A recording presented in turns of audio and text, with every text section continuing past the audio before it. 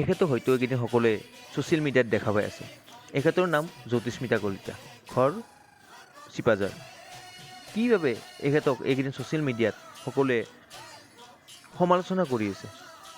আহক আজি এই ভিডিঅ'টো সেইবাবে প্ৰস্তুত কৰিছোঁ, কোন এই জ্যোতিস্মিতা কলিতা আৰু কিহৰ বাবে তেখেতক সমালোচনা কৰিছে ছ'চিয়েল মিডিয়াত। সকলোৰে একাউণ্টত 25,000 সোমাইছে, তাৰ বাবে খুব সুখী, মা দেউতাও সুখী।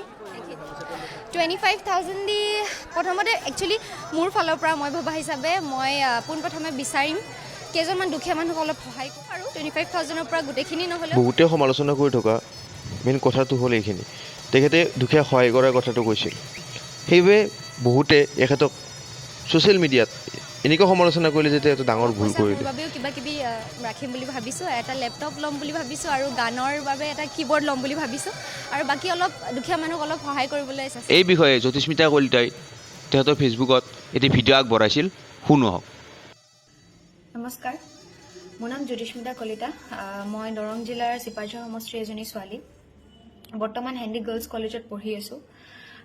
যোৱা দুদিন ধৰি ফেচবুকত মোৰ এটা ভিডিঅ' বৰকৈ শ্বেয়াৰ হৈ আছে, য'ত মই কৈছিলোঁ যে 25,000 পালে মই দুখীয়াক সহায় কৰিম, লেপটপ এটা ল'ম আৰু কীবৰ্ড এখন ল'ম। সেইটো ভিডিঅ'কে আকৌ কিছুমান মানুহে ট্ৰল কৰিবৰ বাবে ভিডিঅ' ক্লিপটো উঠাই তেওঁলোকে অলপ জমনিকে সজাই মেলি আকৌ ফেচবুকত শ্বেয়াৰ কৰিছে। মই অৱশ্যে DY365 আপলোড কৰা অৰিজিনেল ভিডিঅ'টোত এটা বিহু যোজনা এটা গাইছিলোঁ, সেইটো কিন্তু তেওঁলোকে নিদিলে, ট্ৰল কৰা কেইজনে। যা নহওক, কথাখিনি আচলতে মই মন খুলি পেলাই কৈছিলোঁ, মনত যি ভাৱ আছিলে সেইটো প্ৰকাশ কৰি পেলাই কৈছিলোঁ। মিডিয়াৰ আগত কোৱাৰ আগমুহূৰ্তত আমি অডিটৰিয়ামত আছিলোঁ। অডিটৰিয়ামত আমি চবেই বিহুৱতী সকলোখিনিয়ে আমি ৰিণিকি গানটোত নাচিছিলোঁ, ফূৰ্তিত নাচিছিলোঁ, আৰু সেইখিনি সময়ত মনটো বৰ ভাল লাগি আছিলে।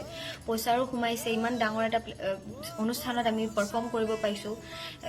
চবখিনি কথাই মনটো বৰ আনন্দত আছিলে মুঠতে। আৰু তেনেকেই মই মিডিয়াত কথাখিনি খুলি পেলাই কৈছিলোঁ, আৰু সেইখিনি কথাক লৈ বহুতখিনি মানুহে তিৰস্কাৰ কৰিলে, বহুতখিনি মানুহে বেয়া কমেণ্টছ কৰিলে, ট্ৰলো কৰিছে। আৰু দুখীয়াক সহায় কৰা কথাটো বহুত আগৰ পৰাই ভাবি থৈ দিছিলোঁ যে বিহুৰ পইচাটো পালে, 25,000টো পালে মই কেইজনমান দুখীয়া সৰু ল'ৰা ছোৱালীক মই সহায় কৰিম, খোৱা বস্তু দি হওক বা কাপোৰ দি হওক, সেনেকৈ ভাবি থৈ দিছিলোঁ। সেইটো কথাও মই মিডিয়াত প্ৰকাশ কৰিছিলোঁ। আৰু কীবৰ্ড আৰু লেপটপৰ কথাটোলৈ আহিছোঁ। দুদিনমান আগতে দেউতাৰ লগত আলোচনা কৰিছিলোঁ যে কীবৰ্ড আৰু লেপটপ এটা ল'ম, দেউতাও অলপ সহায় কৰিব, 25,000 টকা, আৰু দেউতাৰ সহায়ৰ যিখিনি পইচা, সেইখিনি পইচাৰে আমি ডিছকাছ কৰিছিলোঁ যে লেপটপ আৰু কীবৰ্ড এখন ল'ম। গোটেইখিনি কথা অৱশ্যে মই মিডিয়াৰ আগত বৰ্ণনা কৰা নাছিলোঁ। মই চমুকৈ কৈছিলোঁ যে মোৰ ল'ব মন আছে। যিহেতু মই গান গাওঁ, সেইবাবে মোৰ এটা হেঁপাহ আছিলে মই কীবৰ্ড আৰু লেপটপ এটা লোৱাৰ। আৰু সেইখিনি কথাক লৈ বহুতে বাজেট দিছে, কেলকুলেশ্যন কৰিছে, বহুত কিবা কিবি কৈছে। আচলতে আমি সকলোৱে ভাল পাব লাগিছিলে যে হিমন্ত বিশ্ব শৰ্মা ছাৰে ইমান ডাঙৰ এটা অনুষ্ঠান পাতিছে, বিহুক ইমান আগলৈ লৈ গৈছে, অসমক ইমান আগলৈ লৈ গৈছে। সেইটোৰ বাবে মই এই ভিডিঅ'টোৰ যোগেদি হিমন্ত বিশ্ব শৰ্মা ছাৰক বহুত ধন্যবাদ জনাইছোঁ।